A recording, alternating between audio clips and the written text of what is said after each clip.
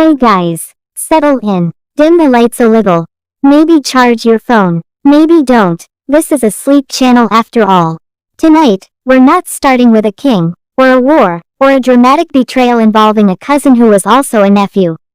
No, tonight, we begin with dinner.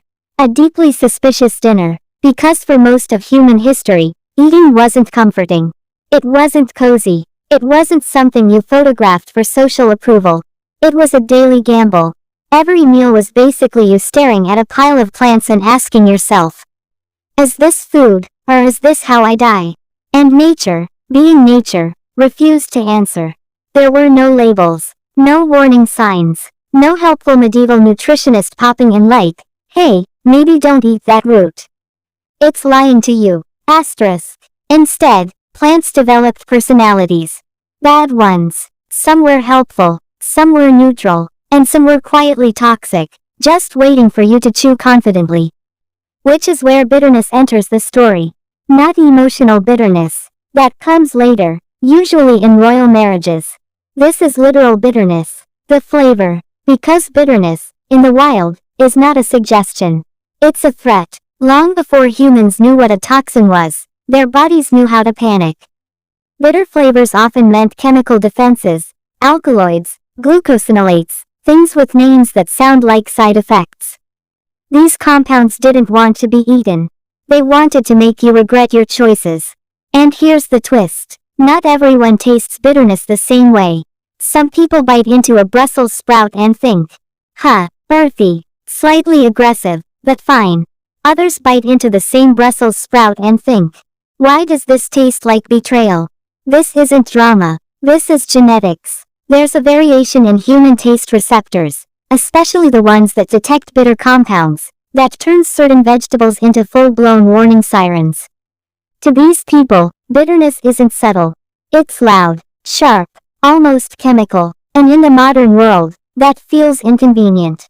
Like your body is being rude for no reason. But thousands of years ago, this made you a genius. Because if you were hypersensitive to bitterness, you were far more likely to spit out dangerous plants before swallowing enough to matter. You didn't need to test food over weeks. You didn't need to watch your neighbor slowly decline and take notes. Your tongue did the research instantly. You avoided leaves that damaged organs, roots that interfered with digestion, berries that looked innocent and were absolutely not. Your diet wasn't adventurous. It was cautious. And cautious people survived, which is why this genetic quirk never disappeared. Natural selection looked at bitter sensitivity and said, yes, keep that, even though it made dinner unpleasant. Evolution does not care if you enjoy food. It cares if you wake up tomorrow. Now, let's slow this down a bit, because this is where things get quietly fascinating. Early humans weren't dumb. They experimented. They observed. But observation takes time, and poison is not patient. So the species split its strategy.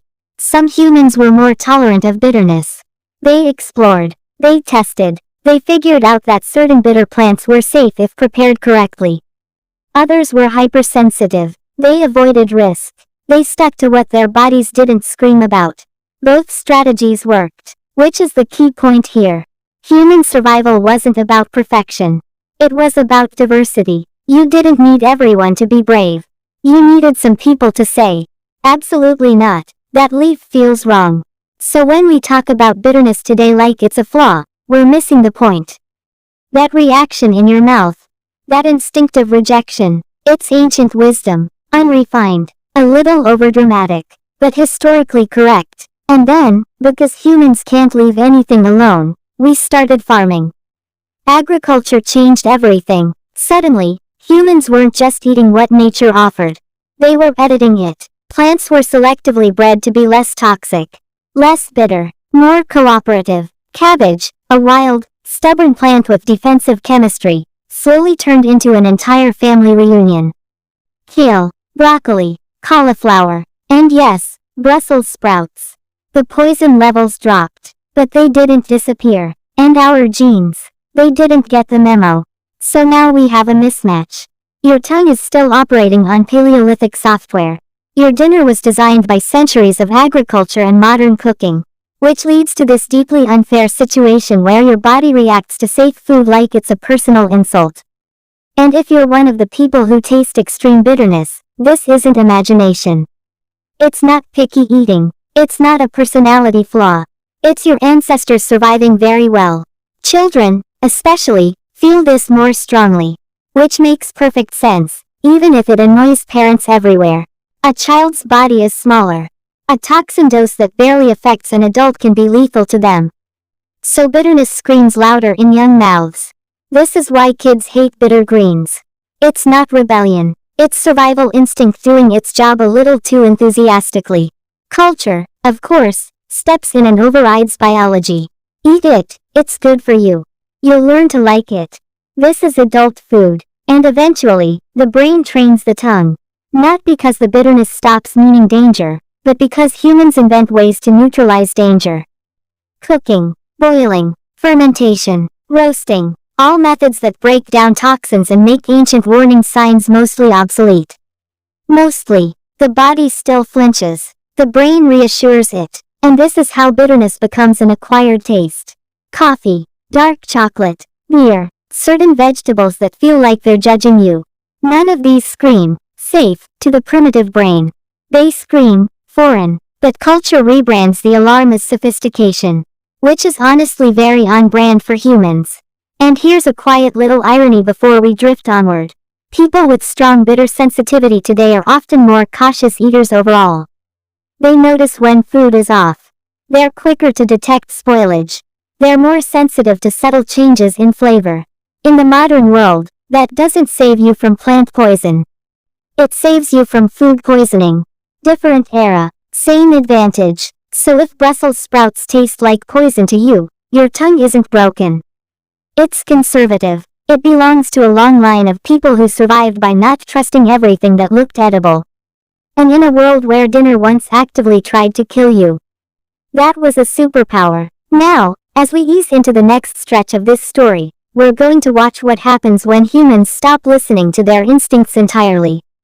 And start letting culture, status, and ego decide what's good to eat. Because that's when things get weird.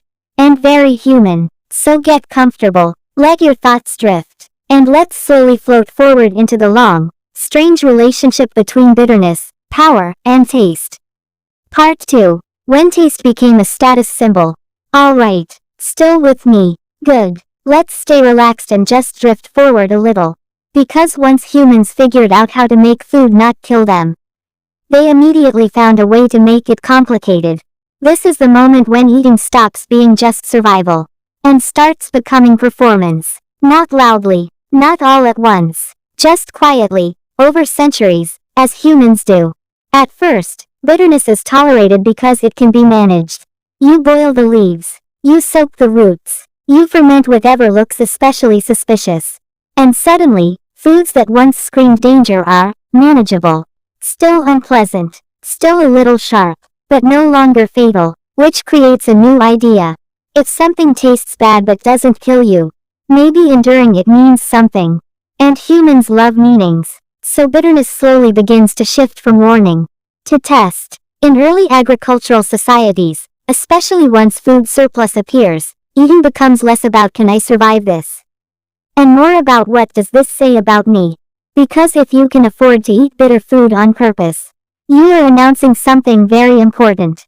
You are not desperate. You are not starving. You are secure enough to choose discomfort. And this is where elites enter the chat. Across ancient civilizations, China, Rome, the Mediterranean, South Asia, you start seeing bitterness associated with refinement. Medicinal foods, tonic herbs, leaves that cleanse the body. Not because they tasted good, but because they tasted serious.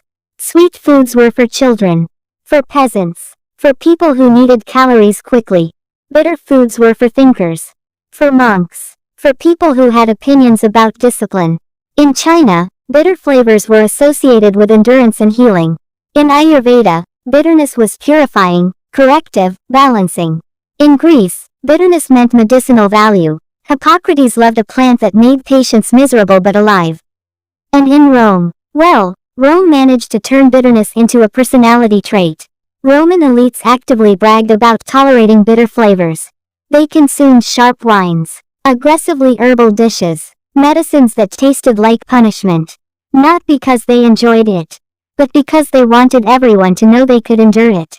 Because if you could stomach bitterness, you were demonstrating self-control. And self-control, in elite societies, is always just power wearing a calm face. Meanwhile, the body hasn't changed. The tongue still flinches, the receptors still fire, but now the brain says, no, this is good for us. This is sophisticated suffering, and that's how bitterness becomes moral. Suddenly, disliking bitter food isn't just taste. It's a character flaw. You're weak, immature, undisciplined, which is deeply unfair, because biologically speaking, the people rejecting bitterness are still doing exactly what evolution trained them to do. But culture doesn't care. Culture wants conformity, and so entire cuisines develop that lean into bitterness, not to nourish, but to signal identity. Think of bitter greens served deliberately under-seasoned. Drinks that taste like plants having a bad day. Medicinal tonics that burn on the way down. They're not pleasant. They're impressive. And this pressure doesn't stop with adults. Children, naturally, resist. Their bodies are still screaming warnings. So cultures invent rituals. You'll learn to like it. It's good for you. Everyone eats this. Not explanations. Commands. Because taste is being trained, not for survival, but for belonging. And here's the quiet tragedy in all of this. Some people never adapt. Their bitterness sensitivity remains high. Their bodies never fully stop objecting. So they spend their lives being told they're picky, difficult, childish. When in reality, they're carrying an ancient alarm system that refuses to be silenced. And evolution, again, shrugs. Because it doesn't care if culture is annoyed. It cares if someone, somewhere, notices when food goes bad. Which brings us gently into the medieval world. A time when bitterness, danger, and status collide beautifully, and unhygienically. Because medieval food safety was optimistic. Meat spoiled quickly, vegetables were seasonal, preservation was inconsistent, and suddenly, people with sensitive taste buds had a real advantage again. They noticed when ale turned, when soup went sour, when herbs tasted wrong, while others pushed through discomfort out of habit. The sensitive tasters stopped, and lived, but culture didn't reward them. Because medieval elites were obsessed with excess, not caution. Spices were bitter and strong, not because they masked spoilage, but because they signaled wealth. If your food tasted aggressively strange, it meant you could afford ingredients from very far away. Again, bitterness becomes status. And again, biology loses the argument. Fast forward gently, very gently, into the modern world. Science arrives. Nutrition arrives. Food safety improves dramatically. And suddenly, bitterness loses its survival role almost entirely. But the genes remain. So now we have this strange situation where modern humans are arguing with prehistoric hardware. Your tongue says, danger. Your brain says, it's kale. And society says, grow up. Which is honestly a lot to ask of a taste receptor. And this is where we're going to pause for a moment. Because next, we're going to look at how modern food engineering exploits this ancient system. How bitterness is reduced, hidden, manipulated. And why some foods will never taste right to certain people, no matter how many times they're told they're wrong. So stay comfortable, let your thoughts drift again. And when you're ready, we'll keep going.